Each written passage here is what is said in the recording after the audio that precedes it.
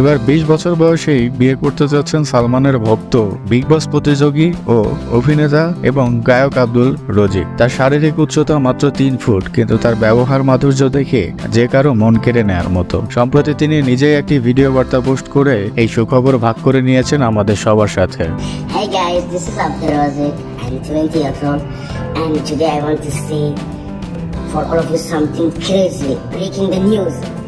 Guys, finally I'm in love, and I love one girl. She's beautiful. ১৯ বছর বয়সী আমিরাকে বিয়ে করছেন আব্দু, যিনি সংযুক্ত আরব আমিরাতের শারজাতে থাকেন।